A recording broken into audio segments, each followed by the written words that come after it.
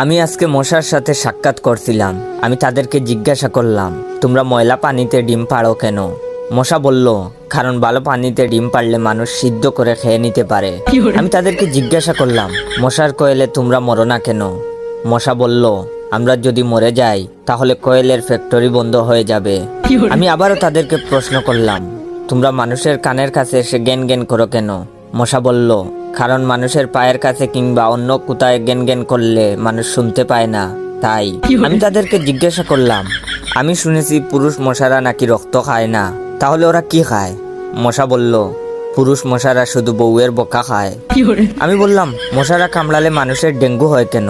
মশা বলল, মশারা কি শুধু মানুষের রক্ত নিয়েই যাবে? ওদের কিছু দিবে না। মশারা এত স্বার্থপর নয়, তাই মানুষকে ডেঙ্গু উপহার দিয়ে যায়। মশার সাথে সাক্ষাৎ করার পর আমি মশার উপর রিসার্চ করলাম। মশা অনেক ধরনের হয়, যেমন পড়তে বসলে যে মশায় কামড়ায় তারা হলো অশিক্ষিত মশা, খেতে বসলে যে মশা কামড়ায় তারা হলো ক্ষুধার্ত মশা, ঘুমানোর পর যে মশা কামড়ায় তারা হলো কাপুরুষ, জেগে থাকা অবস্থায় যে মশা কামড়ায় তারা সাহসী, মশারির মধ্যে যে মশা কামড়ায় তারা হলো অতিরিক্ত শেষরা, মাঝরাতে যে মশা কামড়ায় তারা হলো সিঙ্গেল, টয়লেটে যে মশা কামড়ায় তারা হলো নির্লজ্জ, দিনের বেলা যে মশা কামড়ায় তারা একটা ছোট লোক।